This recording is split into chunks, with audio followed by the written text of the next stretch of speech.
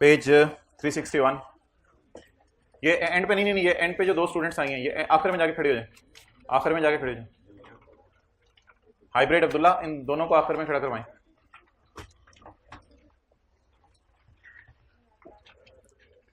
Page 360, page 360। And पे खड़े रहे, एंड पे खड़े, लेट आने में।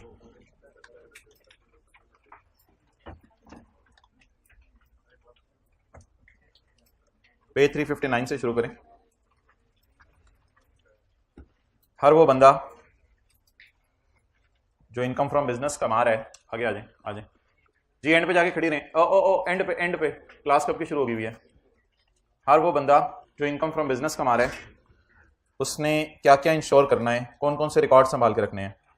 नंबर 1, खड़े रहने, बैठना नहीं है। उसने रिकॉर्ड संभाल के रखने हैं मनी रिसीव्ड, जो पैसे आए, एंड खर्चे, और जो खर्चे किए उनके रिकॉर्ड संभाल के रखने हैं। आने और जाने, पाया और खोया का रिकॉर्ड आएगा माशाल्लाह। सेल, चीज़ें बेची उसका रिकॉर्ड, जो चीज़ें खरीदी उसका रिकॉर्ड, सर्विसेज दी या ली उसका रिकॉर्ड, एसेट्स का रिकॉर्ड, लाइबिलिटीज का रिकॉर्ड। तो कौन कौन सी चीज़ें होंगी, money received and expended, sale, purchase, services, assets, liabilities.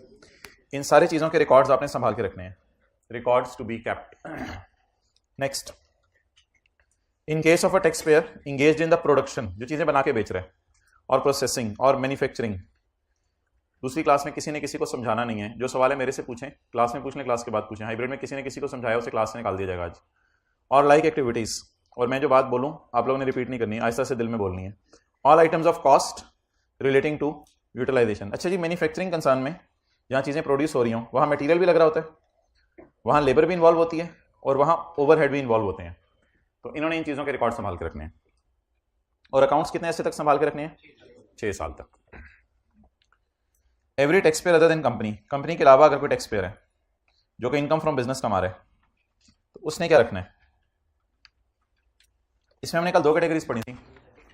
एक हमने पढ़ा था जिनकी इनकम 5 लाख से कम है या जो नए टैक्स पेयर है।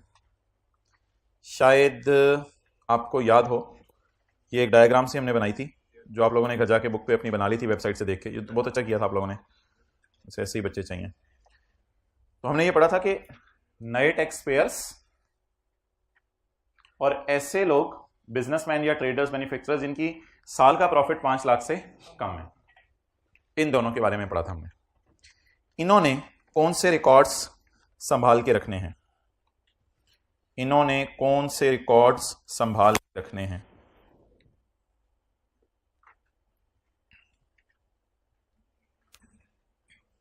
पढ़ ले, 1 मिनट लगाएं। इन्होंने कौन से रिकॉर्ड संभाल के रखने हैं।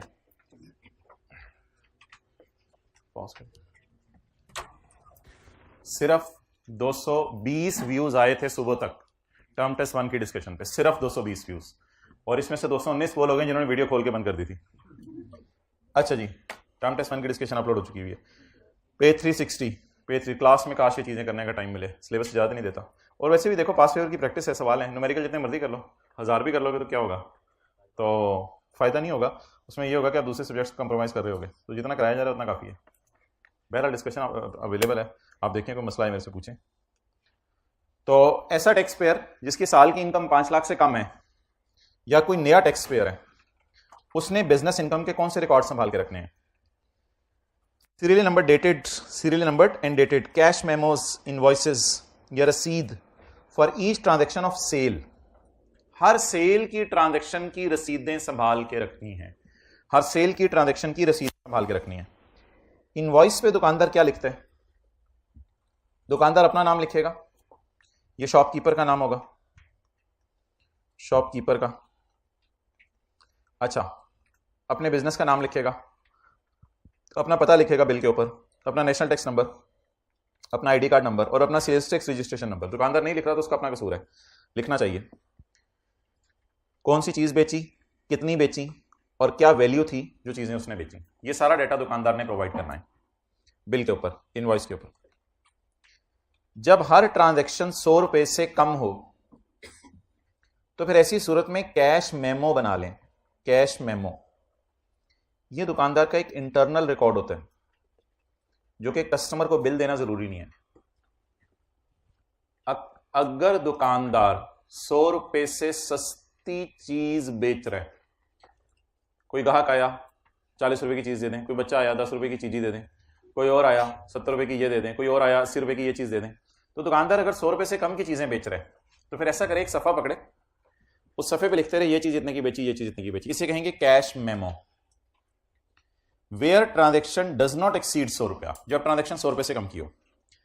लेकिन हर दिन का अलग बनाना है, अगले दिन का कैश मेमो अलग बनाएंगे। अगले दिन नया सफा खोल लें, अगर पहला दिन खत्म हो गया अगले दिन नया सफा खोल लें, ताकि अगले दिन की कैश सेल लिखें। तो पहले सफे पे एक दिन की कैश सेल हो जाएगी, अगले सफे पे अगले दिन की कैश सेल हो जाएगी for all such transactions. Next, daily record रखें, कितने पैसे आए, कितनी सेल हुई, एक ही बात हो गई, कितनी पेमेंट्स हुई। बोतलें खरीदता भी होगा दुकानदार, बिजली के बिल भी देता होगा दुकानदार, मुलाजमीन की तनख्वाहें भी देता होगा। सिंगल एंट्री रिकॉर्ड रखने को, डबल एंट्रीज नहीं करनी। बस एक सफे पे लिखा हो रेंट इतना है, रिपेयर इतनी है, सैलरीज इतनी है, बस ठीक है, ये काफी है। अलग अलग डबल एंट्रीज करना जरूरी नहीं है दुकानदार के लिए। इन रिस्पेक्ट ऑफ डेली जो पैसे आ रहे हैं, ये डेली जो आप परचेज कर रहे हैं डिफरेंट हेड्स ऑफ एक्सपेंसेस में, and vouchers of purchases and expenses. Voucher भी एक इंटरनल रिकॉर्ड होता है, इंटरनल रिकॉर्ड। जब आप कोई चीज परचेज करते हैं तो अपने रिकॉर्ड्स में एक सफा बनाते हैं कि मैंने फलां चीज परचेज की थी। एक होता है बिल परचेज का, वो अलग चीज है। ये कहता है उसका वाउचर संभाल के रखो। अगर ऑब्वियसली बड़ा खर्चा होगा तो आप उसका बिल भी संभाल के रखेंगे, वो आगे डिटेल आ रही है चीजों की। तो ये जो चीजें हैं ये दुकानदार ने अपने पास रखनी है। इसमें ना ये जो पहले 2 पॉइंट है, ये अगर आप फोकस कीजिएगा घर में जाके, ये सेल वाली साइड को सिर्फ डिस्कस करेंगे, सिर्फ सेल वाली साइड। और ये जो है वो सिर्फ परचेज वाली साइड को डिस्कस कर रहा है। ये दोनों चीजें डिस्कस कर रहे हैं, सेल भी कर रहे हैं और परचेज भी डिस्कस कर रहे हैं। ओके, अब्दुल्ला इंश्योर करें, अगर कोई बोले मत, जो बोले उससे मेरे पूछे बगैर निकाल दें, चाहे वो साथ वाले को समझा रहा हो, चाहे साथ वाले के कान में पूछ रहा हो, मुझे बॉल पॉइंट दे दो, फिर भी सारी चीजें खुद पूरी करके आया करें। Tax payers with business income exceeding 5 lakh. अब ये बड़े दुकानदार हो गए, छोटे बड़े, जिनके बिजनेस इनकम 5 लाख से ज्यादा है, और होलसेलर, डिस्ट्रीब्यूटर, डीलर वगैरह, यानी ऐसे टैक्स पेयर जिनकी बिजनेस इनकम प्रॉफिट 5 लाख से ज्यादा है, जिसमें बिजनेस इनकम 5 लाख से ज्यादा है, या जो होलसेलर, डिस्ट्रीब्यूटर, डीलर है, इनकी सेल नहीं देखी जाती। इन्होंने क्या रिकॉर्ड संभाल के रखने हैं? इसमें मैं कोई भी नई चीज आएगी तो वो ऐड करूंगा, पुरानी चीजों को मैं येलो से पढ़े बगैर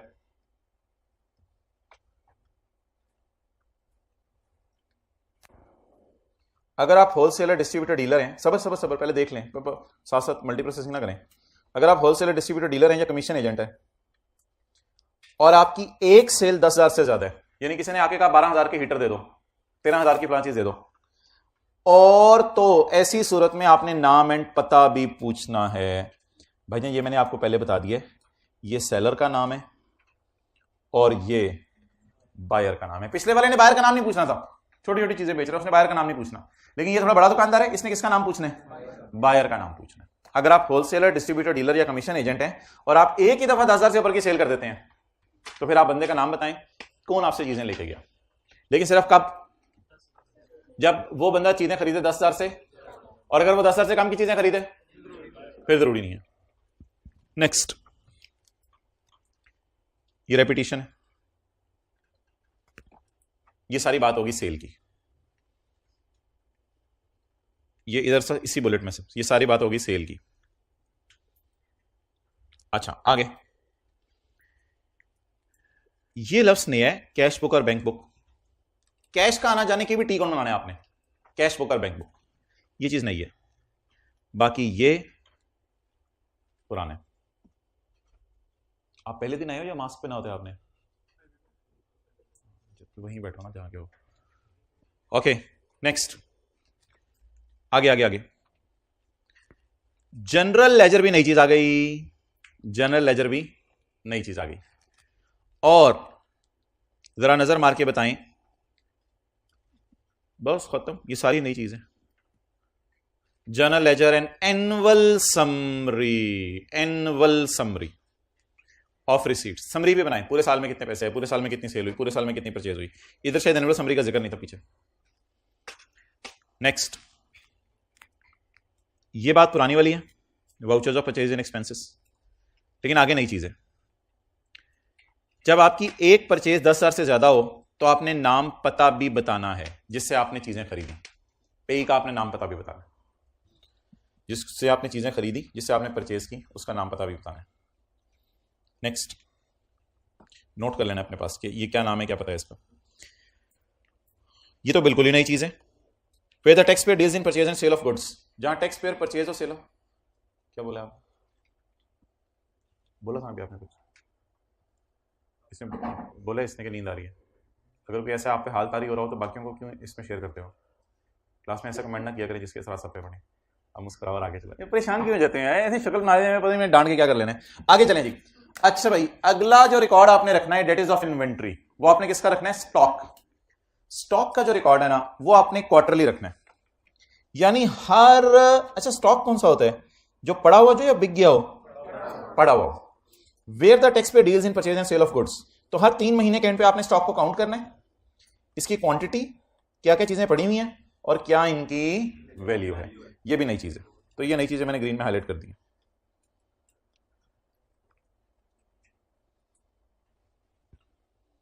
ये जो लेटेस्ट अटेम्प्ट आई थी इसमें ये सवाल आया था कि नीचे वाले डब्बे में क्या चीजें नई हैं पुराने की बनिस्बत, तो नई वाली लिख दें। तो बच्चों ने खाली ये वाली लिख के आनी थी जो ग्रीन में हाईलाइट हुई है। ओके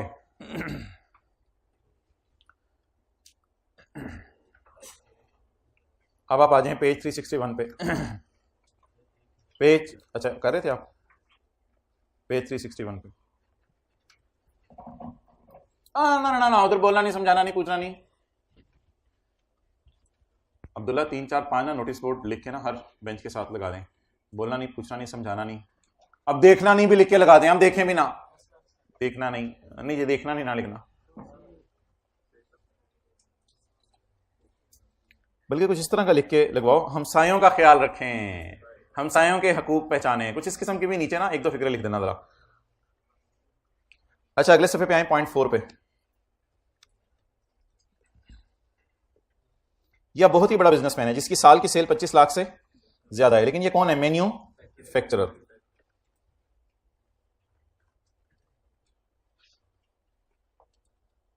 इसमें कुछ आगे मिसिंग है, उधर काफी सारी चीजें इधर नहीं मांगी।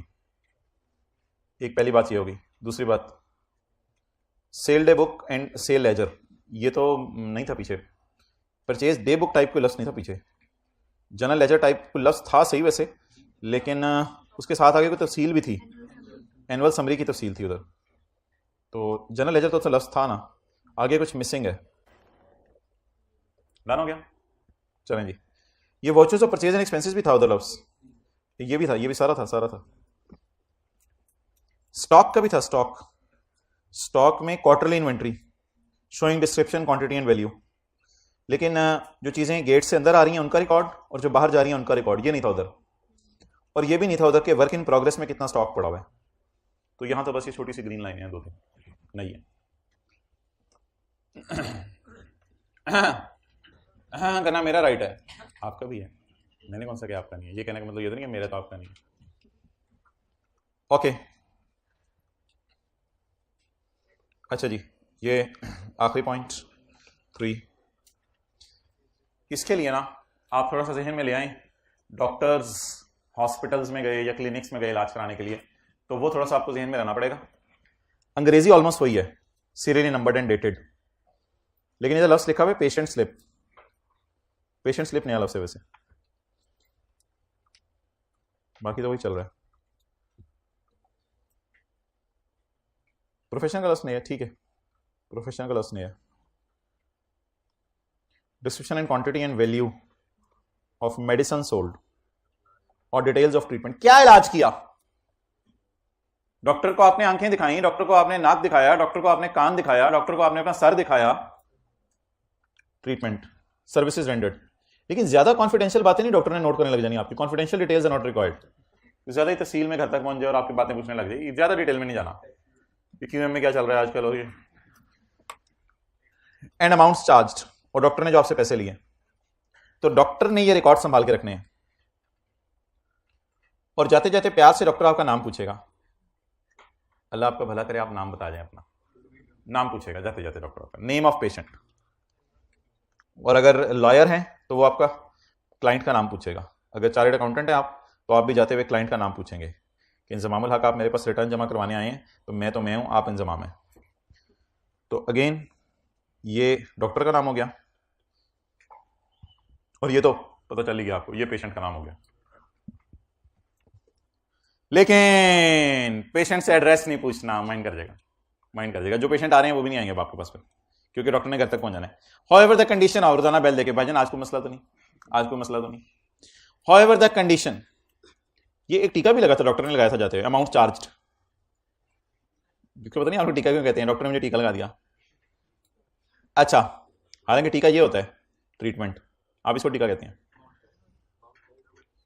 However, the condition of recording the address of patient on patient slip shall not apply. Patient slip पे पेशेंट का एड्रेस लिखना जरूरी नहीं है अगर आप जनरल मेडिकल प्रैक्टिशनर हैं। जनरल मेडिकल प्रैक्टिशनर होते हैं जिन्होंने गली गली में प्राइवेट क्लिनिक्स खोली हुई हैं। लेकिन अगर आप हॉस्पिटल में चले जाएं कहीं और वो फिर आपका एड्रेस पूछें, तो फिर उधर आपको बताना पड़ेगा, और हॉस्पिटल वाले आपसे पूछेंगे और फिर वो अपने रिकॉर्ड में लिखेंगे भी कि आपका क्या एड्रेस है। ये भी एक नई सी चीज है, daily appointment engagement diary. Daily engagement होती है डॉक्टर की, हाँ, विद पेशेंट्स एंड क्लाइंट्स। तो डेली एंगेजमेंट डायरी डॉक्टर के पास होनी चाहिए, provided that this clause shall not apply to general medical practitioners. लेकिन जो गली गली में क्लिनिकें खुली हुई हैं उनके लिए डेली डायरी मेंटेन करने की जरूरत नहीं है। उधर तो वैसे ही लाइन लगी होती है, पेशेंट पे पेशेंट आ रहा होता है बार बार, वो बेचारा डायरी बनाएगा, वो करेगा। लेकिन जो बड़ा अस्पताल है उसमें तो बाहर कोई ना कोई बंदा बैठा होगा, तो वो डेली डायरी मेंटेन कर ले फिर। बाकी सारा तो यार वही है।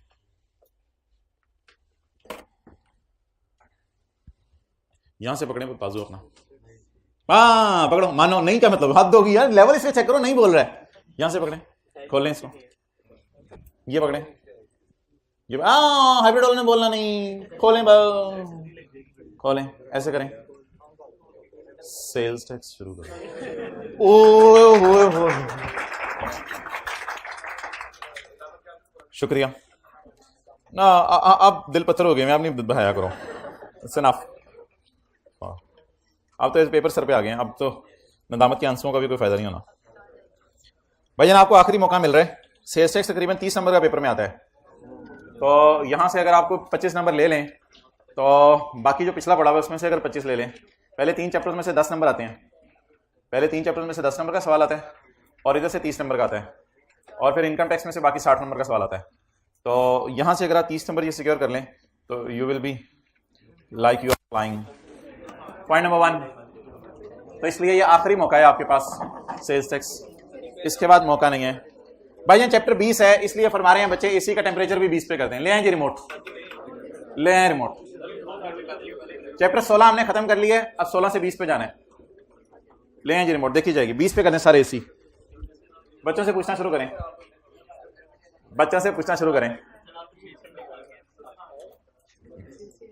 बड़ा अगर माल्टे आज कैंटीन पे तो खाए। आज 20 पे, अच्छा कितने पे?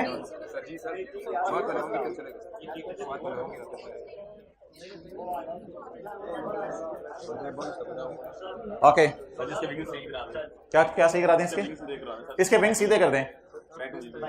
आप पे डायरेक्ट पढ़िए, डायरेक्ट पढ़नी चाहिए, डायरेक्ट मारूं मैं, नीचे करने हैं ऊपर करने हैं? Oh no no no no, coat उतार दो आप, को हाफ स्लीव पहनी हुई है, अच्छा ऊपर कर दो थोड़ा सा, कोट उतार दो। शेरवान क्यों रहा है ये? ओ तू मफलर उतार, जैकेट उतार, तू पहले तू रिलैक्स तो हो थोड़ा सा।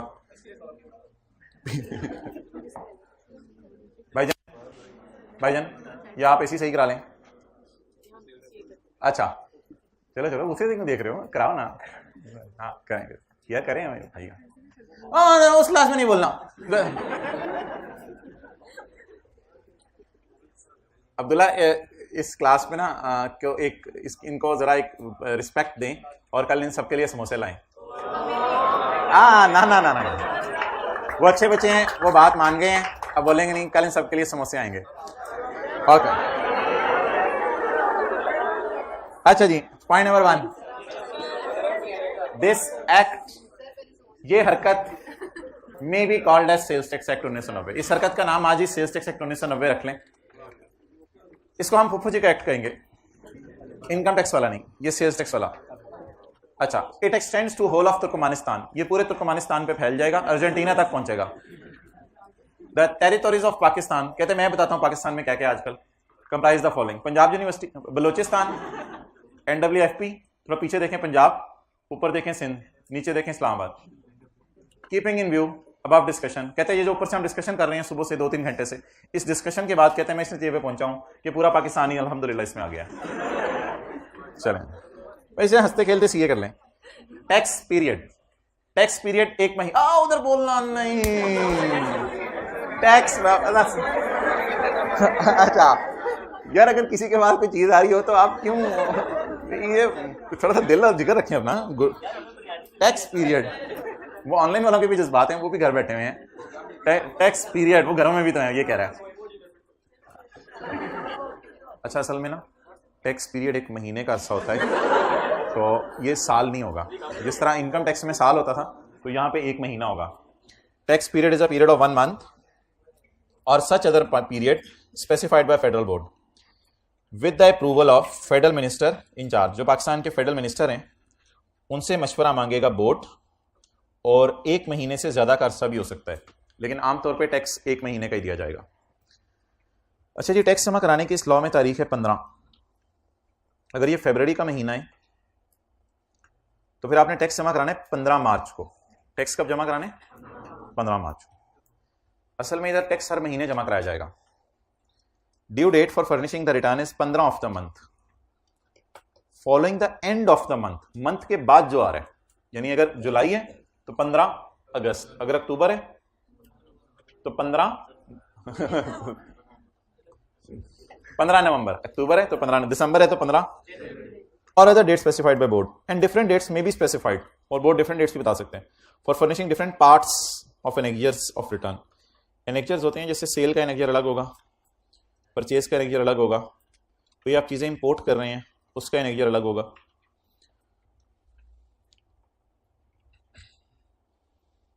अच्छा जी, मैन्युफैक्चर होते हैं चीजें बनाना, चीजें बनाना। इसमें क्या क्या आएगा? ये एक प्रोसेस है जिसमें एक आर्टिकल को अकेले और in combination with other article, ये आपके सामने जैसे स्मार्ट बोर्ड नजर आ रहे हैं, तो ये ब्लैक कलर का मटेरियल लगे, इसके अंदर का लगा मटेरियल लगे, इस पे लगी हुई तारें लगे, तो इन विच एन आर्टिकल अकेला, इसमें अकेला तो नहीं, और in combination with other articles, different articles को मिला के, रॉ मटेरियल आर्टिकल्स मतलब raw material is either converted into another distinct article, जैसे बिल्कुल एक डिस्टिंक्ट सी चीज बन गई है। यानी थोड़ी देर पहले शायद उस फैक्ट्री में अगर आपको पता ना होता क्या बन रहा है, तो आप इन चीजों को देख के अंदाजा नहीं लगा सकते थे क्या बनने वाला है, लेकिन जब आप निकले तो ऐसी कमाल चीजें बनी हैं कि आप हैरान हो गए। यार बहुत ज्यादा हो गया, आप इसको 24 पे कर दो, आके 22 पे तो कर दो कम से कम। ये कर रहे हैं आप उधर उधर बोलना नहीं। नेक्स्ट, और it is so changed, so transformed और सो रीशेप्ड, इसको ऐसे चेंज किया जाता है या ट्रांसफॉर्म किया जाता है that it becomes capable of being put to use differently, कि इसका इस्तेमाल बदल जाता है। कई दफा चीज वही रहती है लेकिन इसका इस्तेमाल बदल जाता है। जैसे शीशा है, अब एक जो है वो गाड़ी में लगा लिया, एक जेब में डाल लिया, एक वार्डरोब में लगा लिया, एक खिड़की पे लगा लिया, तो चीज वही है लेकिन इसका इस्तेमाल डिफरेंट हो गया। ये भी मैन्युफैक्चरिंग है। हर बोंगी जो है ना आपसे शुरू होकर आप पे खत्म हो जाती है। And includes any process incidental और एंशिलरी, ये जो बुराई की चीजें ना इनका जिक्र भी मत किया करें, जिक्र कम करेंगे तो फिर इस्तेमाल भी कम हो जाएगा चीजों का। अच्छा, इंसिडेंटल और एंशिलरी। इंसिडेंटल होते हैं जरूरी और एंशिलरी होते हैं सब्सिडरी। कोई भी ऐसा काम फैक्ट्री में जो जरूरी था और सब्सिडरी था, गाड़ी बनाने के लिए टायर बनाना जरूरी है या गैर जरूरी? जरूरी। टायर बनाना होंडा का मेन काम है या सब्सिडरी?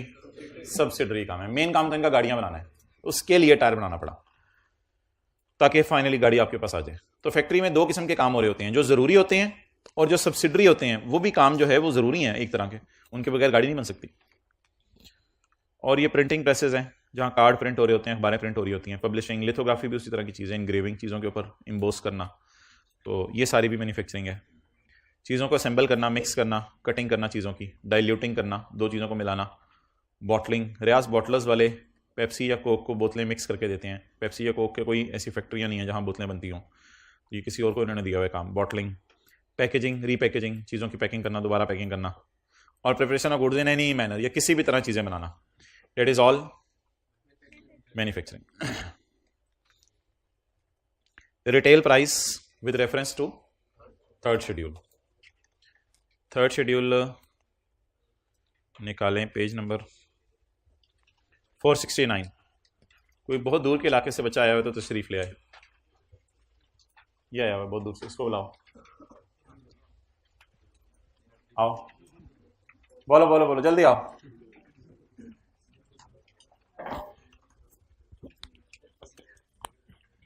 नॉन स्टॉप बोलना है। Fruit juice and vegetable. यार ऊंची ऊंची बोल। Fruit juice and vegetable juice. ऊंची बोल, बोल जरा, बुला। रशीद। रशीद। हाँ, इस तरह बोलो। Fruit juice and vegetable juice. 1 minute में पूरा करना है, आधे मिनट में ये सारे। या अल्लाह। Detergent, toothpaste, shaving cream, ice cream, tea, बस जो भी है। चल ना, रिलैक्स, चलो। सर मेरे काम पे टांग रही है फिलहाल। आगे चलो। शुरू से कहाँ तक? कहाँ तक पढ़ी? पॉइंट 7 तक पढ़ लिया था, इतना तो मुझे भी पता है। एरेटेड वाटर्स और यार ऊंची बोलना। Aerated waters and beverages, syrups and squashes, cigarettes, बड़े ये पाउडर ड्रिंक्स, टॉयलेट सोप छोड़ दिया? बोल टॉयलेट सोप। Toilet soap. बोल शैम्पू। शैम्पू। चल आगे। Milk drinks, powder drinks, toilet papers, tissue papers. नीचे क्या है?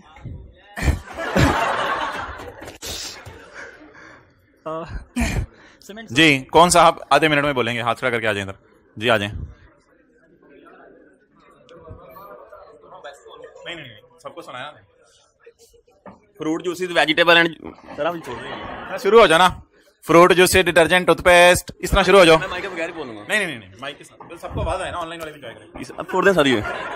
Fruit juices, vegetable and vegetable juice. जिस तरह बोलो, जिस तरह मैंने कहा। Fruit juices, detergent, toothpaste, shaving cream. बोली लगानी है।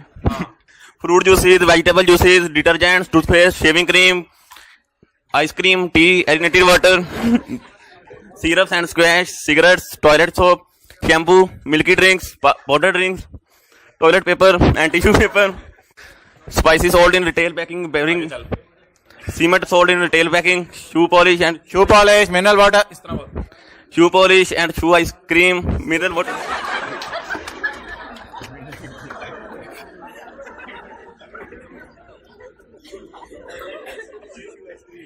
अब्दुल्ला भाईजान, चटनी कैंसिल कर दो। चटनी कैंसिल। ये लोग इतनी जोर से हंस रहे थे कि हम साइड डिस्टर्ब हो रहे थे।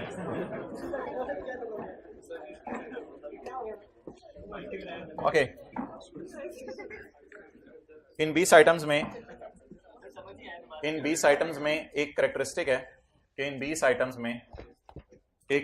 है कि इन टिश्यू पेपर भी नहीं में ना, कि इनके ऊपर प्राइस मैन्युफैक्चरर ने लिखी होती है। यह आपको आज पहला कॉन्सेप्ट दिया गया सेल्स टैक्स का। इन 20 चीज़ों में यह खासियत है, इनको याद नहीं करना, ये पेपर में बता देता है, वो गिवन होंगी, इनको याद नहीं करना। इन 20 चीज़ों में यह खासियत है कि इनके ऊपर प्राइस मैन्युफैक्चरर ने लिखी होती है। गाड़ी इस लिस्ट में नहीं आ रही, इसलिए जितनी गाड़ियां आपको पाकिस्तान में नजर आएगी, गाड़ी पे प्राइस नहीं लिखी होती, ना उसके इंजन पे, ना उसके डैशबोर्ड पे, कहीं नहीं। आप एसी बाय कर लें, एसी भी इस लिस्ट में नहीं आ रहा। हीटर बाय कर लें, हीटर भी इस लिस्ट में नहीं आ रहा। ये जो चीजें हैं ना, इनकी एक खासियत है कि इन पे प्राइस मैन्युफैक्चरर लिखता है। सिर्फ आपकी पूरी रो के अंदर एक मिनरल वाटर की बोतल पड़ी होगी, वो जरा पकड़ें, उस पर भी आपको प्राइस मिल जाएगी लिखी हुई। शू क्रीम पड़ी होगी किसी के पास, टूथपेस्ट पड़ा होगा किसी के पास, निकालें जरा डब्बा समेत। जी, जिन लोगों को मिल रही है, हाइब्रिड वाले खासतौर पे हाथ खड़ा करते हैं, प्राइस लिखी हुई नजर आ रही है, रिटेल प्राइस और सेल्स टैक्स। जी जी जी भाईजान, आप उधर ही चले जाएं जी। और किसी को प्राइस मिल गई मिनरल वाटर की। शू क्रीम क्या होती है जो मुंह पे लगाते हैं? शू के क्यों आप क्या समझे थे? अच्छा, तो ये जो 20 चीजें हैं अगर ना मिले तो क्लास के नहीं बुक पे सेल्स टैक्स नहीं लिखा हुआ, बुक पे उसकी प्राइस लिखी हुई है। मैं कह रहा हूं सेल्स टैक्स भी साथ लिखा होगा, बुक की बात नहीं कर रहा मैं, बुक पे सेल्स टैक्स नहीं लिखा हुआ।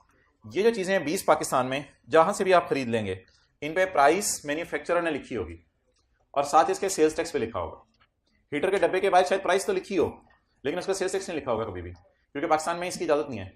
पाकिस्तान में सिर्फ इन 20 चीजों के मुंह पर सेल्स टैक्स लिखने की इजाजत है, इसके अलावा हुकूमत ने इजाजत नहीं दी हुई। अच्छा जी, रिटेल प्राइस एक लफ्ज है with reference to third schedule. अब इसमें आइसक्रीम आ रही थी, मिसाल के तौर पे मैं कहता हूं कि वॉल्स वाले कहते हैं कि उन्होंने आइसक्रीम ली, उसका रॉ मटेरियल 100 रुपए का खरीदा, रॉ मटेरियल पे कस्टम ड्यूटी पे की, रॉ मटेरियल पे एक्साइज ड्यूटी पे की, रॉ मटेरियल पर लेबर लगाई और चीज बन गई कितने की? 160 की। इसमें अपना प्रॉफिट ऐड किया वॉल्स वालों ने, तो प्रॉफिट 40 रुपए फर्स्ट ने ऐड किया। अब वॉल्स वालों ने 200 की चीज मुझे आपको बेचनी है, आइसक्रीम, वॉल्स आइसक्रीम, लेकिन अब ये डालेंगे सेल्स टैक्स। सेल्स टैक्स का रेट है 17%। अब ये 34 रुपए डालेंगे और मैं आप बाजार में जाके 234 रुपए की चीज खरीदेंगे। इस 200 रुपए का नाम है रिटेल प्राइस। ये 200 रुपए का क्या नाम है? असल में लोगों ने सवाल पूछा लॉ मेकर से कि ये 200 रुपए रिटेल प्राइस है या ये 234 रुपए रिटेल प्राइस है। तो लॉ मेकर ने जवाब दिया, जवाब ही दे दिया कि इसको कहते हैं रिटेल प्राइस, इसको कहते हैं रिटेल प्राइस। हाँ, ये भी एक प्राइस है, इसे कहते हैं कंज्यूमर प्राइस, जो मैं और आप पे करें बाजार जाके, जो मैं और आप। भाई आलू कैंसिल, समोसे में से नहीं नहीं नहीं, नहीं आलू भाई प्लीज, वो एक भाई बैठे हुए खामोश रहें। अच्छा जी, कंज्यूमर प्राइस। लेकिन कंज्यूमर प्राइस कौन सी है जो मैं और आप जाके पे करेंगे? जल्दी बताएं। लेकिन कंज्यूमर प्राइस नाम की कोई डेफिनेशन हमारे लॉ ने नहीं दी, इसलिए इस डेफिनेशन और इस लफ्ज को मैं भी नहीं लिख रहा। अब मैं एक लफ्ज बोलने लगा हूं, retail price is a price which is fixed by manufacturer. इधर देखें, सारे इधर नहीं देख रहे। It includes, retail price is a price which is fixed by manufacturer. It includes all duties and taxes except sales tax. I repeat, retail price is a price which is fixed by manufacturer. It includes all duties and taxes except sales tax. Note कर लें और retail price की definition भी पढ़ लें, वो उसी सफे पे लिखी है जो हम सफा पढ़े हैं आज पहला।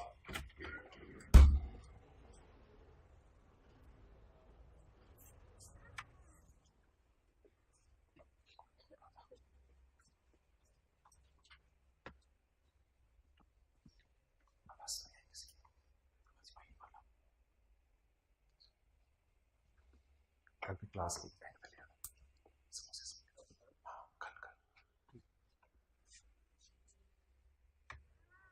आपको नजर नहीं आ रहा तो आगे आदमी तो मैं जगह बनवा देता हूँ। क्या है नजर?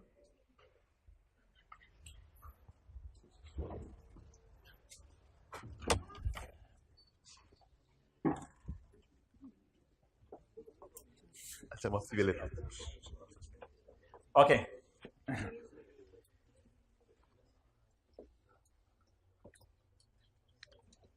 retail price with reference to third schedule means it is a price fixed by manufacturer. It is a price fixed by manufacturer. इस प्राइस को कौन फिक्स करेगा?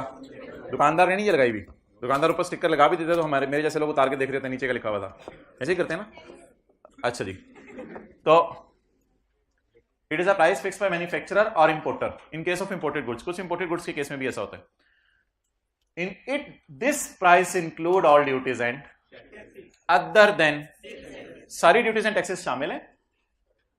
This price include all duties and except sales tax में शामिल नहीं है। अच्छा, अब ये हाईलाइट कर लें, means a price at which a brand of an article should be sold to mango people. General public, मैं और आप तो मैंगो पीपल है ना, अवाम जिसे कहते हैं। So it is a price जिस पे चीज जनरल पब्लिक को बिकनी है।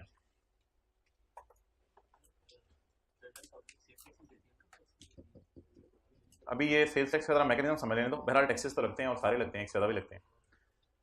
सेल्स टैक्स का मैकेनिज्म एक दो दिन में समझेंगे, अभी मैं सेल्स टैक्स आपको समझा ही नहीं है क्या। अच्छा, एक बड़ी अजीब सी बात, where more than one price is fixed for same brand, where more than one price is fixed for same brand. मिसाल के तौर पे लाहौर में ये आइसक्रीम 200 की बिक रही है और कराची में 210 की बिक रही है, तो highest price will be taken as, अब एज्यूम किया जाएगा कि लाहौर वाली भी 210 की बिकी, हालांकि लाहौर वाली कितने की बिकी है, 200 की। लेकिन इसी लाइन की वजह से शायद अब पाकिस्तान में दो प्राइसेस पे चीजें बिकती नहीं, हर जगह एक ही प्राइस पे चीज बिक्री होती है, क्योंकि ये लाइन मौजूद है। इस वजह से वॉल्स वाला इंश्योर करते हैं कि हर शहर में एक ही प्राइस हो। तो where more than one price is fix, अगर आप एक प्राइस एक से ज्यादा प्राइस फिक्स करने की कोशिश करें तो highest price will be taken as retail price. The board में स्पेसिफाई एरियाज, बोर्ड एरियाज बताएगा for determination of highest price. जहां पे हाईएस्ट प्राइस उसने पकड़ी है, कहां पकड़ी गई है, कराची में। Okay, cottage industry, cottage industry, cottage industry कहते हैं छोटे मैन्युफैक्चरर को, किसको, छोटे स्मॉल स्केल मैन्युफैक्चरर को कॉटेज इंडस्ट्री कहते हैं।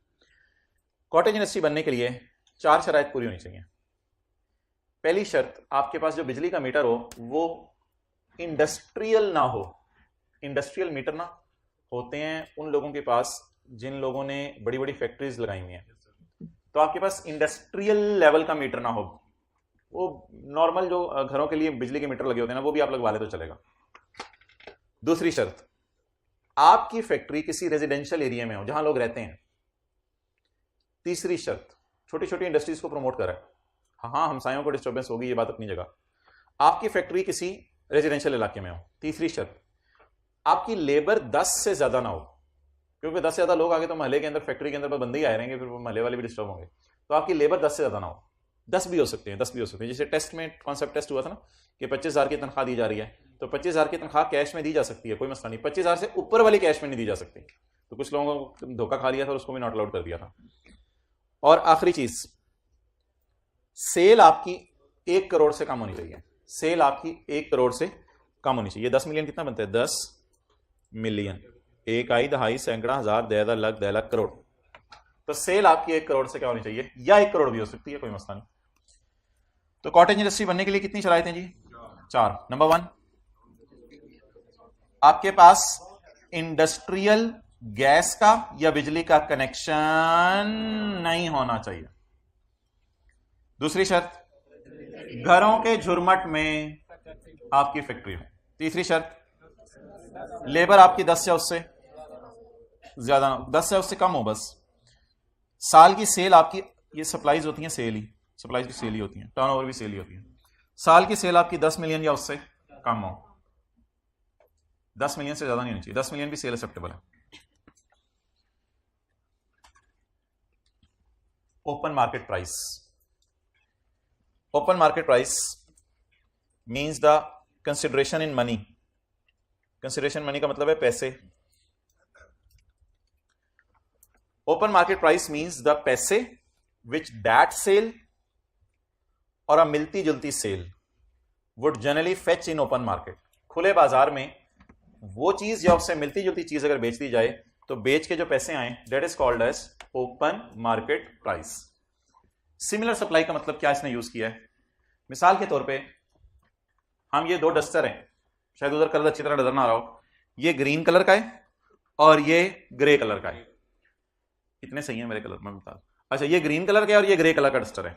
अब हो सकता है आप पूरा साल ग्रीन और ग्रे दोनों बेचते रहे हो, लेकिन साल के एंड पे ग्रे वाला मार्केट से शॉर्ट हो गया हो। अब ग्रे वाले की कीमत कैसे पता चले जब वो मार्केट से शॉर्ट हो गया है, तो उससे मिलता जुलता तो मौजूद है ना, तो उससे मिलते जुलते की अगर कीमत लगवा लें तो क्या इसकी कीमत पता चल जाएगी, बिल्कुल। लेकिन अगर आपको ग्रे वाले की कीमत पता ना चल रही हो तो क्या आप ये कह सकते हैं कि ग्रे वाला और ये मिलता जुलता है? क्या ये मिलता जुलता है? क्या आप ये कह सकते हैं कि ये ग्रे वाला और ये मिलता जुलता है? हंसना नहीं, उधर मुस्कुराना है। प्लीज प्लीज, आपकी सुई उधर ही अड़ी हुई है, कुछ लोग सीए कर रहे हैं। It's over. चैप्टर 12 निकालें, न्यूमेरिकल करें। ये नशा कब उतरेगा न्यूमेरिकल्स का? रोजाना ही लगे होते हैं, कोई न्यूमेरिकल करा दें, कोई न्यूमेरिकल करा दें। सीढ़ियों पे मैं जा रहा हूँ कान में, सर कोई न्यूमेरिकल करा दें। मैं वो कैंटीन पे चला जाऊँ गलती, सर को न्यूमेरिकल करा दें। डिफिकल्टी, सर को न्यूमेरिकल करा दें। ये कब उतरेगा नशा आपका? पेपर देख बस कर दें आप। और क्या पे नंबर 256 करें जी, एक और न्यूमेरिकल जेओपी का। तैयार हैं? Are you people ready? Every guy in this class is, उस क्लास में यस दिल में बोलना है, दिल में बोलना है। दिल की आवाज जबान पे नहीं आने देनी। इसी तरह जिंदगी गुजारते हैं कई लोग। ओके, सड़क पे चलते हुए किसी बंदे ने आपकी बिस्ती का प्रोग्राम बनाया और उसने कहा कि क्लोजिंग स्टॉक बढ़ने से प्रॉफिट,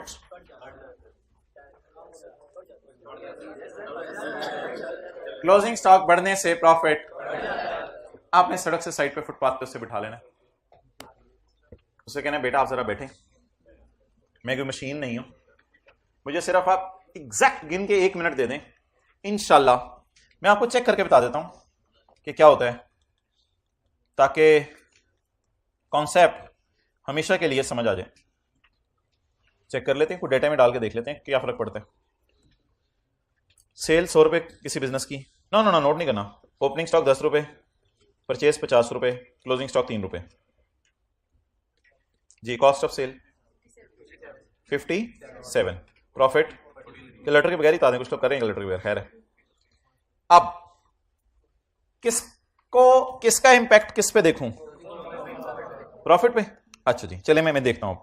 इसको कांस्टेंट रख लेते हैं, इसको भी कांस्टेंट रख लेते हैं, इसको भी कांस्टेंट रख लेते हैं। इसको ना थोड़ा सा बढ़ा के देखते हैं।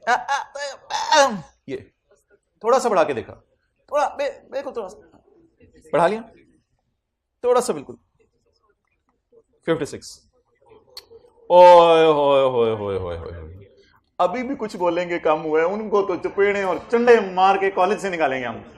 नहीं नहीं नहीं, ऐसा नहीं, रिस्पेक्ट दिया करें उनको, प्यार से जो है वो थप्पड़ मार के समझाएंगे। तो क्लोजिंग स्टॉक बढ़ने से प्रॉफिट बढ़ता है, हैंस प्रूव्ड, बात ही खत्म हुई। लिख लें जी, तारीखी बात लिख लें, पाकिस्तान के आइन में जाके इसे डलवा दें, क्लोजिंग स्टॉक के बढ़ने से प्रॉफिट बढ़ता है। अपने दिमाग में ऐसे नक्श करें कि वो नक्श बाहर ना निकले। एक भाई ऐसे कर रहे हैं दिमाग में, इधर बैठ के मैंने देखा है और इनके दिमाग में नक्श हो गया, बाकी चीजें निकाल रहे थे पहले। ये बस साबित हुआ कि क्लोजिंग स्टॉक कम होने से प्रॉफिट कम हो जाता। अच्छा जी,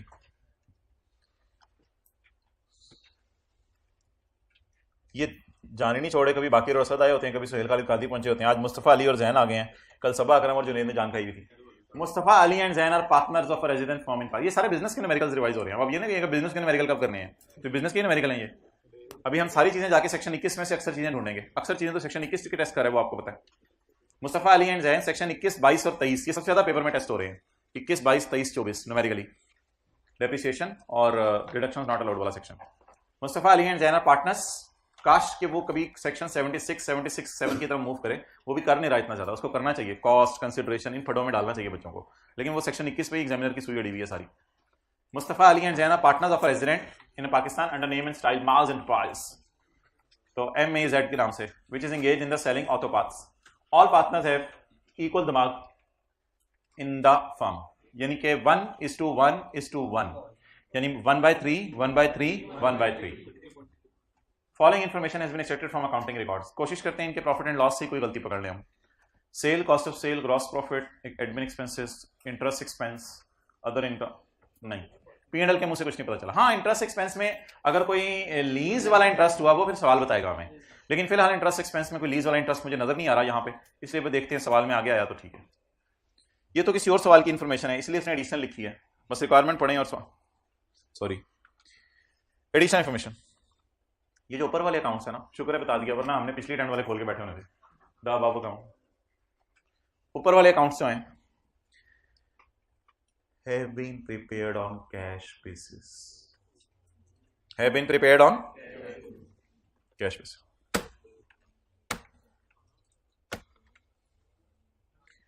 ऊपर वाले accounts have been prepared on cash basis.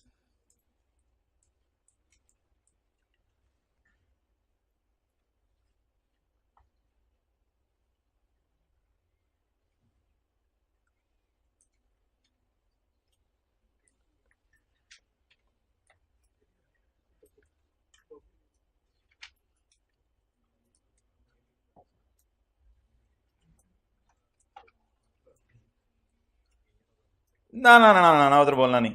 Section 34, अगर आप कैश अकाउंटिंग फॉलो कर रहे हैं ना, कैश अकाउंटिंग, तो फिर आपने अपने स्टॉक को, अगर आप कैश अकाउंटिंग फॉलो कर रहे हैं तो सेक्शन नंबर 35 में हमने पढ़ा था कि कैश अकाउंटिंग वाले ने, मैं कैश और एक्रूवल के साथ अकाउंटिंग का लफ्ज बोलूंगा और जो इन्वेंट्री के मेथड है उनके साथ मेथड का लफ्ज बोलूंगा। अगर आप कैश अकाउंटिंग यूज कर रहे हैं तो आप प्राइम मेथड भी लगा सकते हैं, एब्जॉर्प्शन वाला मेथड भी लगा सकते हैं, आपके पास चॉइस है। देखते हैं इसने कोई गलती तो नहीं की।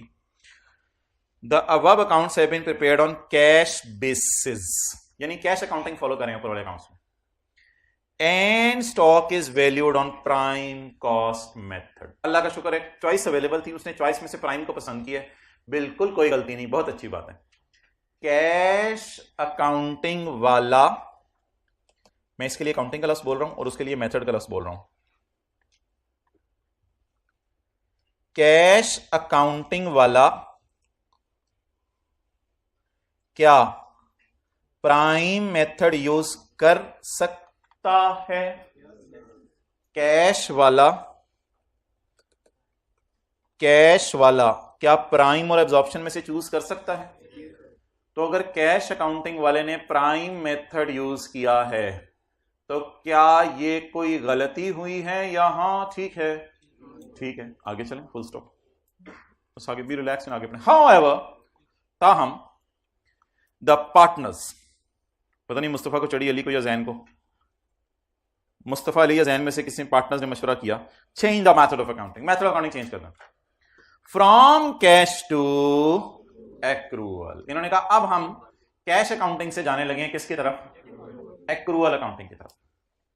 लेकिन प्लीज अब इनके पास फिर चॉइस नहीं रहेगी, क्योंकि जो एक्रूवल वाले हैं ना, उन्होंने कौन सा मेथड फॉलो करना है? एब्जॉर्प्शन, उनके लिए सिर्फ एब्जॉर्प्शन है। अब ये बात तो एग्जामिनर नहीं लिखेगा ना आगे, ये तो हमें आप खुद लिखनी पड़ेगी। नाउ बेसिस के आगे, now they can only use, नहीं एक्रूवल तो सवाल में लिख दिया ना, एक्रूवल तो मुझे ना लिखवाएं आप। Now they can only use absorption cost method. अब इनके पास कोई चारा नहीं बचा सिवाय इसके कि ये एब्जॉर्प्शन कॉस्ट पे आ जाए।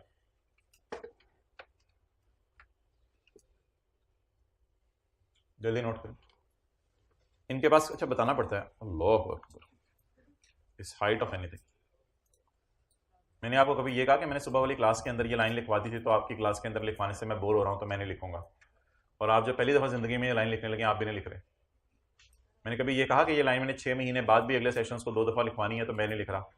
मैंने कभी ये कहा कि मैंने पिछले 6 महीने भी यही 2 लाइन इन्हीं दिनों के अंदर जो है वो लिखी थी। मैंने कभी कहा ये? आप लोग क्यों नहीं लिखते? चाहते हैं आप छोटी सी आशा।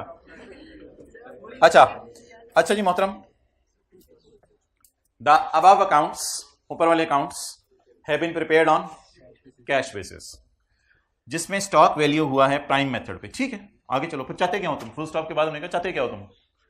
However the partners want to change the method from cash to accrual. इसके नताइज मुझे बताएं, इसके नताइज, ये तो पार्टनर चाहते हैं ना, फिर इसके नताइज क्या बरामद होंगे बताएं? Now they can only use, अब उनके पास कोई चारा नहीं बचेगा, किस पे जाएं? एब्जॉर्प्शन कॉस्ट पे जाएं। अच्छा, पहले मैं क्लोजिंग बैलेंसेस की बात कर लूं आपसे।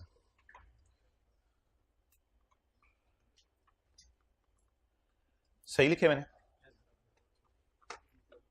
प्राइम तो अब गलत हो गया ना, हम अब प्राइम की तरफ तो हम जा नहीं सकते, अब मजबूरन हमें किसकी तरफ जाना पड़ेगा? एब्जॉर्प्शन की तरफ। क्यों? क्योंकि अब मेथड चेंज हो गया ना, अब मुझे प्राइम से पार्टनर्स की विश में आना पड़ेगा और प्राइम से किसकी तरफ जाना पड़ेगा, एब्जॉर्प्शन की तरफ। नई लाइन लगाने को दिल चाह रहा तो नीचे से लगा ले। अब मुझे प्राइम से किस मेथड की तरफ जाना पड़ेगा, कोई चारा लेफ्ट नहीं इसके अलावा, सिवाय इसके कि मैं चारा खाऊं, सॉरी कोई चारा नहीं इसके अलावा कि मैं प्राइम से किस पे जाऊं, मेरे पास और कोई चारा नहीं। Now I am bound to switch my method from prime to absorption. Prime से एब्जॉर्प्शन की तरफ जाना ही मेरे लिए ऑप्शन अवेलेबल है और कोई ऑप्शन अवेलेबल नहीं। अच्छा, अब मुझे बता दें क्लोजिंग स्टॉक बढ़ेगा कितने से, क्लोजिंग स्टॉक बढ़ने से प्रॉफिट। हाँ मुझे पता है टेस्ट में क्लोजिंग स्टॉक कम करना था, एनआरबी पे लेके जाना था, टेस्ट में स्टॉक एनआरबी पे लेके जाना था, तो क्लोजिंग स्टॉक कम होने से प्रॉफिट कम होना था। ये आपने सही किया टेस्ट में, वो मुझे इस पर इतराज नहीं कि टेस्ट में आपने क्लोजिंग स्टॉक को कम किया टर्म टेस्ट 1 में, और क्लोजिंग स्टॉक कम होने से प्रॉफिट कम होना था, लेकिन इधर आपने क्लोजिंग स्टॉक को बढ़ाना है। क्लोजिंग स्टॉक बढ़ने से प्रॉफिट बढ़ जाएगा। चलिए नोट कर लें, क्लोजिंग स्टॉक बढ़ने से प्रॉफिट बढ़ जाएगा। वैसे क्लोजिंग स्टॉक पड़ा किस पे हुआ है, 7500 पे। क्लोजिंग स्टॉक पड़ा किस पे हुआ है, 7500 पे। पार्टनर्स की क्या विषय किस पे आ जाए, एब्जॉर्प्शन पे। पार्टनर्स की क्या विषय किस पे आ जाए, एब्जॉर्प्शन पे। तो एब्जॉर्प्शन पे लाने के लिए क्या करना पड़ेगा, 7500 वाली चीज को 8800 से पे लेके जाना पड़ेगा, या 1300 से। क्लोजिंग स्टॉक का प्रॉफिट्स पे क्या इंपैक्ट होता है, प्रॉफिट्स पे। क्लोजिंग स्टॉक रिकॉर्ड करने से या बढ़ाने से प्रॉफिट्स बढ़ जाते हैं। ओपनिंग स्टॉक का क्या करें,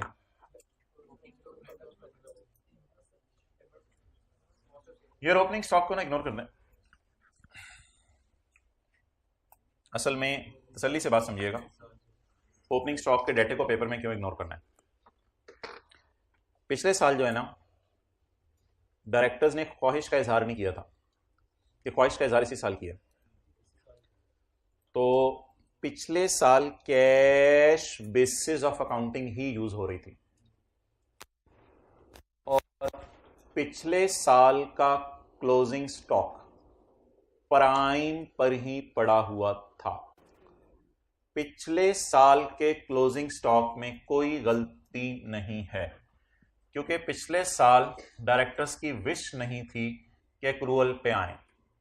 तो पिछले साल का क्लोजिंग प्राइम पर ही पड़ा होगा, और हमारा लॉ वाज़े कहते हैं कि जो इस साल का ओपनिंग है, इसलिए मैंने आपको वेरी इंपॉर्टेंट यहां लिखवाया था, इस साल का जो ओपनिंग स्टॉक है वो पिछले का क्लोजिंग लेने, चाहे जो मर्जी हो जाए दुनिया का काम, इस साल का opening stock must be equal to पिछले साल का। इस लाइन की वजह से अब हम ओपनिंग स्टॉक में छेड़ाछाड़ी नहीं कर सकते, वो पिछले साल वाले लेंगे। हाँ शायद आप अकाउंटिंग की क्लास में जाएंगे तो वहां टीचर आपको IAS 8 एक स्टैंडर्ड है, वो पढ़ाते हुए कुछ दिनों में, नहीं आज तो शुरू करवाया, शुरू करवाने से तो नहीं आपको पता चल जाता वो क्या है स्टैंडर्ड, तो खत्म करा के भी नहीं कुछ को पता चला। तो वो IAS 8 शुरू हुआ है, तो IAS 8 जो है उसमें आपको टीचर बताएंगे कि अकाउंटेंट्स ये चाहते हैं कि अगर एक काम 1 साल हुआ है और वो पॉलिसी है आपकी अकाउंटिंग 5 वेटेड एवरेज, तो फिर पिछले सालों को भी रीस्टेट करें, पिछले सालों को भी उसी बेस पे ले आए जिस तरह का इस साल है। ये शायद ऐसी बात कोई अकाउंटिंग के टीचर करें, लेकिन टैक्स के एतबार से ऐसी कोई बात नहीं है कि पिछले सालों को भी सही करना है। टैक्स के एतबार से ऐसी कोई बात नहीं है। टैक्स के एतबार से बस एक ही बात है, पिछले साल डायरेक्टर्स की विश क्या थी, कोई विश ही नहीं थी, तो कैश अकाउंटिंग चल रही थी। जब पिछले साल कैश अकाउंटिंग चल रही थी तो पिछले साल मेथड कौन सा यूज हो रहा था, प्राइम। तो जब पिछले साल प्राइम यूज हो रहा था तो वही जो क्लोजिंग है इस साल का ओपनिंग बना दिया। अब जबरदस्ती पिछले साल की फिगर्स को सही करके इस पे लाना, इसकी जरूरत नहीं है। That's why you will ignore it. चलें, एओपी का न्यूमेरिकल सॉल्व करें या पार्टनर्स का, एओपी का working 1, heading income from business. बोलेंगे नेट प्रॉफिट 133। कुछ चीजें हम ऐड करेंगे।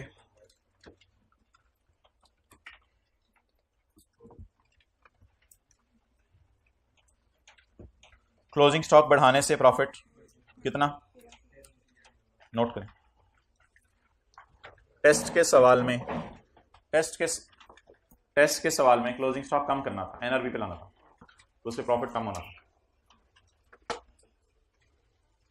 ओके नेक्स्ट,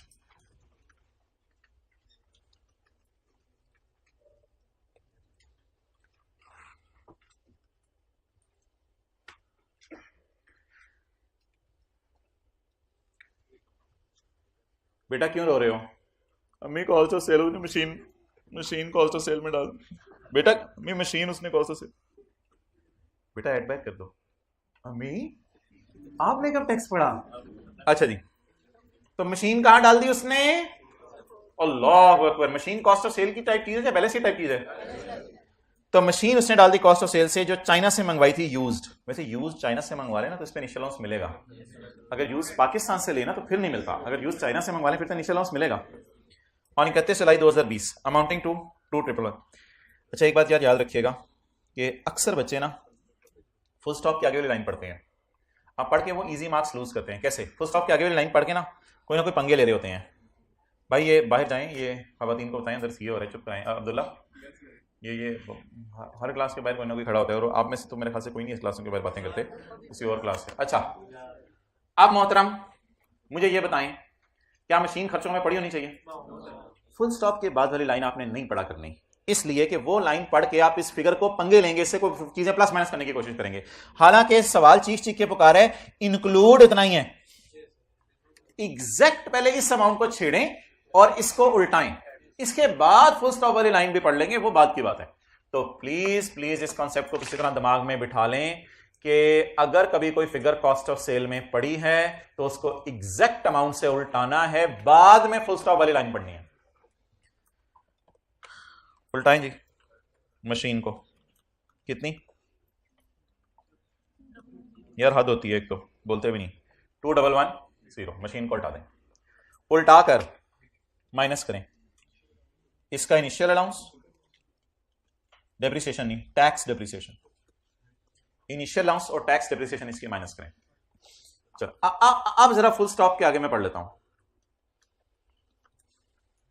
अब फुल स्टॉप के आगे पढ़ लेते हैं।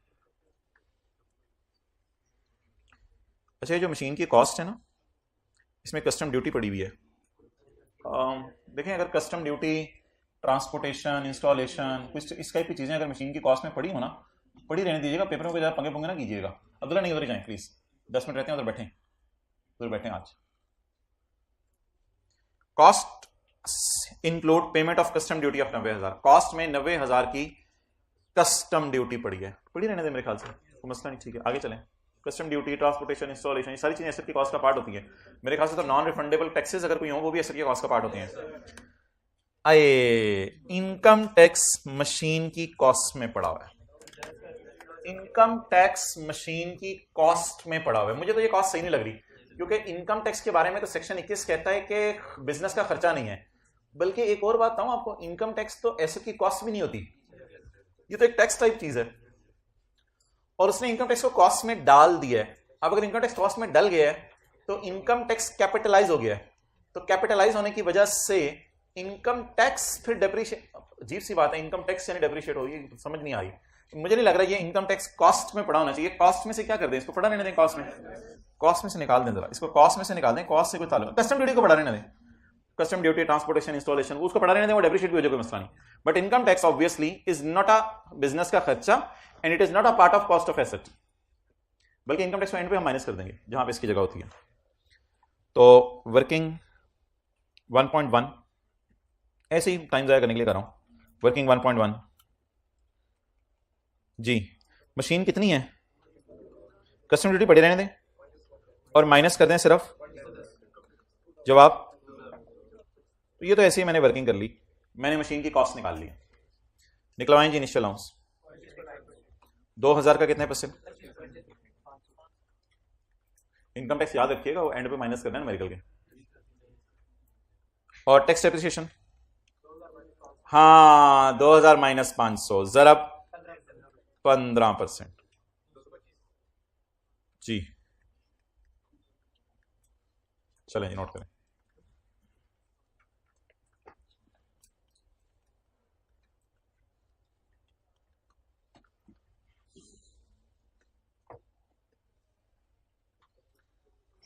तो ये आपने नई चीज सीखी कि मशीन की कॉस्ट में अगर इनकम टैक्स डाल दे तो उस तोड़ दें बाजू को, उस इनकम टैक्स को तोड़ के फेंकने साइड पे।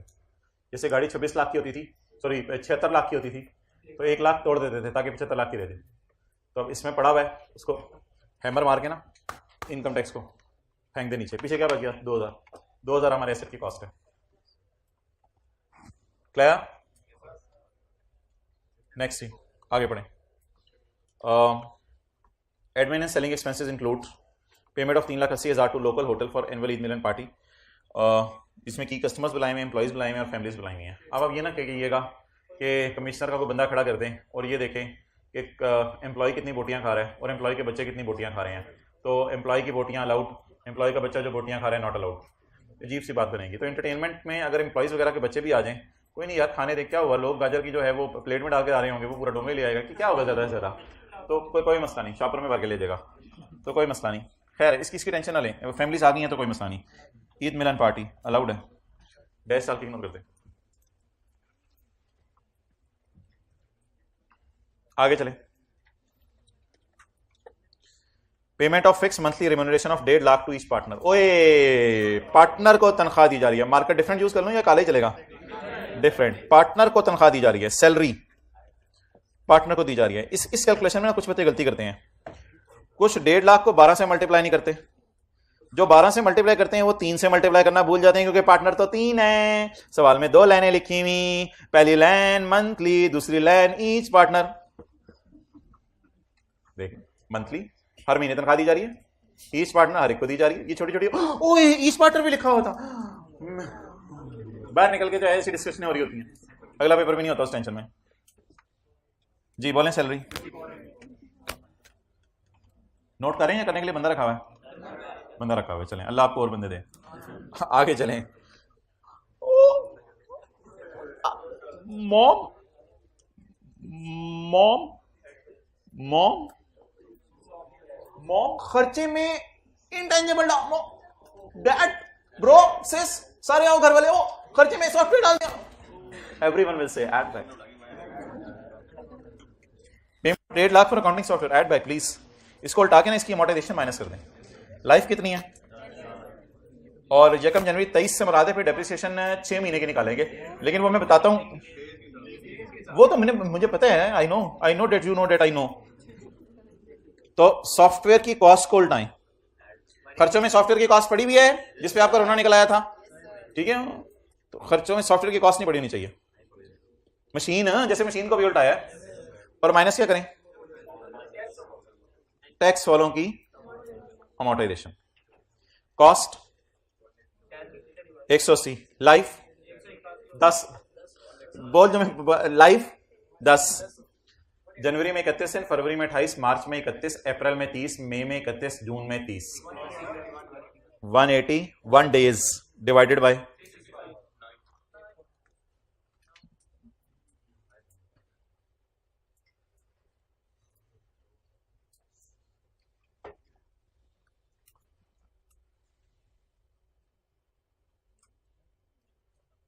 इधर देखें, इधर देखें स्काई ब्लू हाइलाइटर। मशीन की कॉस्ट को उल्टा के क्या माइनस किया था? सॉफ्टवेयर की कॉस्ट को उल्टा के।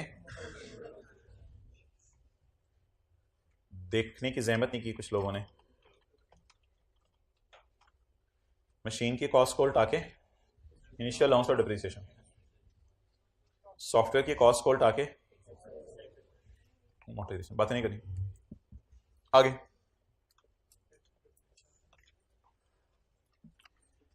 इंटरेस्ट एक्सपेंस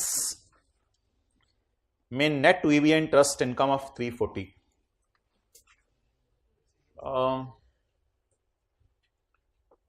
अच्छा मुझे ये बताएं कि रिपेयर एक्सपेंस में कोई अदर इनकम नेट कर दे,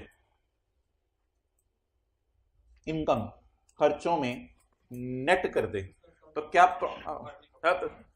मुझे सवाल पूछने दो। रिपेयर एक्सपेंस है, उसमें कोई अदर इनकम है, तो खर्चों में अदर इनकम वो गलती से नेट कर दे, तो नेट कर दी तो मेरा सवाल, मुझे सवाल पूछ लेने दो। तो प्रॉफिट पे कोई फर्क नहीं पड़ेगा। सुन लें बेशक, दोबारा मेरे से सुन लें। सेल एक खुशी है, सेल हटाने गम में। सेल रिटर्न अगर सेल में नेट कर दें तो अल्लाह का शुक्र है प्रॉफिट तो सही आया, कोई ऐसी ब्लंडर नहीं हुआ, कोई ऐसा ब्लंडर तो नहीं हुआ ना। अगर सेल रिटर्न सेल में से नेट कर दी, नेट ही होनी चाहिए वैसे, सेल रिटर्न सेल में है तो नहीं होनी चाहिए ना। तो सेल रिटर्न सेल में अगर नेट हो गई तो मेरे ख्याल से प्रॉफिट पे तो कोई फर्क नहीं पड़ा। अच्छा, अगर परचेज रिटर्न परचेज में नेट हो गई तो ठीक है, बस प्रॉफिट तो सही आया हमारा, अल्लाह का शुक्र, कोई ऐसा एरर तो नहीं है। अगर रिपेयर एक्सपेंस में कोई अदर इनकम नेट होगी, नेट तो अब शायद कोई लाइन आइटम में गलती आ गई हो, यानी रिपेयर एक्सपेंस अब आपको सही देखने में नजर नहीं आ रहा, लेकिन प्रॉफिट पे तो कोई फर्क नहीं पड़ा ना, प्रॉफिट पे तो फर्क नहीं पड़ा। तो खर्चे में खुशी जमा नहीं होनी चाहिए, बस ये एहतियात है। खर्चे में खुशी अगर नेट हो जाए तो फिर कोई अकाउंटिंग ब्लंडर नहीं बजा, थोड़ी सी एक एरर होगी क्लासिफिकेशन की, लेकिन मेरे ख्याल से प्रॉफिट गलत नहीं होता उस बिजनेस का। क्लियर? अगर इंटरेस्ट एक्सपेंस में इंटरेस्ट इनकम हमारी इस साल ना होने के बराबर हो तो अकाउंटेंट ने सोचा यार इंटरेस्ट एक्सपेंस को नेगेटिव के साथ शो करूं, इंटरेस्ट इनकम को नई लाइन डाल के पॉजिटिव के साथ शो करूं, और छोड़ो परे यार इंटरेस्ट एक्सपेंस में इंटरेस्ट इनकम नेट कर दो, तो मेरे ख्याल से ठीक है, चलो किसी हद तक एक्सेप्टेबल है ये चीज, प्रॉफिट पे कोई फर्क नहीं पड़ेगा इससे। लेकिन एक मसला है हमारा, हमने हेडिंग दे दी हुई है इनकम फ्रॉम बिजनेस, हमने हेडिंग क्या दे दी हुई है, और इंटरेस्ट इनकम अगर बैंक से कमा रहे हैं और 5 मिलियन से कम है तो ये फाइनल टैक्स रिजीम की इनकम है। अगर बैंक से कमा रहे हैं और 5 मिलियन से कम है तो ये फाइनल टैक्स रिजीम की इनकम है। अब पढ़ें तो कुछ बच्चों को इस पे एतराज होता है कि ये क्या लिखा हुआ है इसने, लेकिन मुझे इस लाइन पे कोई ऐसा एतराज नहीं है। ये फाइनेंशियल चार्जेस यानी interest expense are net off, तो interest income, interest expense are net off, ठीक है। हो सकता है इंटरेस्ट इनकम आपके लिए कोई इतनी मटेरियल चीज ना हो तो आपने इंटरेस्ट एक्सपेंसेस में ही उसको, ठीक है, नो प्रॉब्लम। यार आगे पढ़े बगैर एक काम आपने करना है, ये काम ना जिंदगी में हमेशा याद रख लें, बस इंटरेस्ट एक्सपेंस में जितना इंटरेस्ट पड़ा हुआ है ना, ये इंक्लूड टाइप जो भी चीज है, ये बिजनेस का नहीं है। आगे पढ़ेंगे तो कोई पंगे लेके गलत फिगर निकालने के चक्कर में पड़ जाएंगे। एक काम फौरन करें, इसको उल्टा दें। अब उल्टाने में ये ना सोचें कि वो एक्सपेंस है तो इनकम है तो फुलाम है तो नेट है तो वेट है तो मैट है तो जेट है, ये इस तरह ना सोचें। मुझे बताएं ये अपनी जात के एतबार से इनकम है, बस बात करता हूं, अपनी जात के एतबार से इसका नाम इनकम है। इनकम प्रॉफिट्स तक पहुंचते हुए क्या हो चुकी है, अब वो जैसे भी उसने ऐड की है उसकी टेंशन है, इनकम ऐड हो चुकी होती है। इनकम्स को बताएं कैसे निकाला जाता है, प्रॉफिट्स लेस करके, और लेस करने का मकसद क्या है, ये हमारे हेड की इनकम है या ये फाइनल टैक्स रिजीम है। तो इसको क्या करें, रिक्लासिफाई, लेस कर दें इंटरेस्ट इनकम और आर का साइन लगा दें, अमाउंट टोटल, बिजनेस इनकम तो टोटल होगी ना, बिजनेस इनकम तो खत्म होगी, हाँ जी,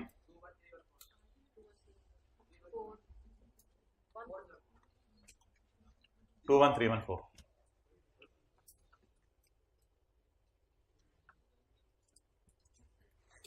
ये देखें 21314 डन जी। ओके, एक छोटा सा सवाल है मेरा आपसे, फिर आप लोग जाएं और इस सवाल को घर से कीजिएगा। यार ये जो 3,40,000 है, चुप करें ना, ये 3,40,000 है, ये नेट ऑफ टैक्स है और आगे अर्न्ड भी लिखा हुआ है। अब ये 2019 में ना आईकैप से गलती हुई थी कि ये दोनों बातें आपस में हमें कॉन्ट्राडिक्टरी सी लग रही हैं, फील करें। 340 के बिल्कुल साथ उसने जोड़ के लिख दिया इट इज नेट, आगे फिर उसे रिसीव का लफ्ज पे लिखना चाहिए था, क्योंकि अगर ये नेट है ना तो ये अर्न नहीं है। अर्न का लफ्ज मैंने कहा था ग्रॉस के लिए अच्छा लगता है जरा ज्यादा। तो 2019 के बाद से लेके तकरीबन 6-7 अटेम्प्ट्स हो गए, आईकैप ऐसी गलती नहीं करा, बड़ा ध्यान से ना आईकैप रिसीव का लफ्ज लिख रहा है। तो मैं जरा ब्रैकेट वाली बात को ना थोड़ा ज्यादा वेटेज दे रहा हूं, थोड़ा सा कॉन्ट्राडिक्टरी सी बात फील हो रही है ना, कॉन्ट्राडिक्टरी सी। इधर कह रहे अर्न है, अर्न हमें पूरी टाइप चीज लग रही है, लेकिन शायद ब्रैकेट जो पेपर बनाने वाला था उसको इतनी पसंद आई कि उसने कहा ब्रैकेट वाली लाइन को जरा वेटेज दो, ये नेट है, बिल्कुल साथ ही ब्रैकेट लगा के लिख दिया ना, नेट है, ये नेट है। तो नेट का क्या मतलब है, ये 85% पे पड़ी हुई है, किस पे पड़ी हुई है, 85% पे। तो आप इसको उठा के घर में किस पे ले जाइएगा, 100। जब 100 पे लेके जाएंगे तो न्यूमेरिकल के फेस पे ये 4 लाख पे आ जाएगी 3,40,000 से। 3,40,000 को ग्रॉस अप करेंगे, फेस पे कितने पे आ जाएगी, लेकिन प्लीज आपने -340 करना है, क्योंकि पड़ा कितना हुआ है 340। निकालते हुए आपने कोई अकल उकल नहीं लगानी है, बस निकालना एग्जैक्ट वही 340 है। डन। चलें इसको छोड़ने पर पॉज कर दे, इस कॉन्सेप्ट को ट्राई करके आएंगे। पूरा सवाल ही रह गई है छोटी नीचे से। ये दूसरी हाइब्रिड वाले जरा बैठे नहीं, उधर मैं आज आया नहीं।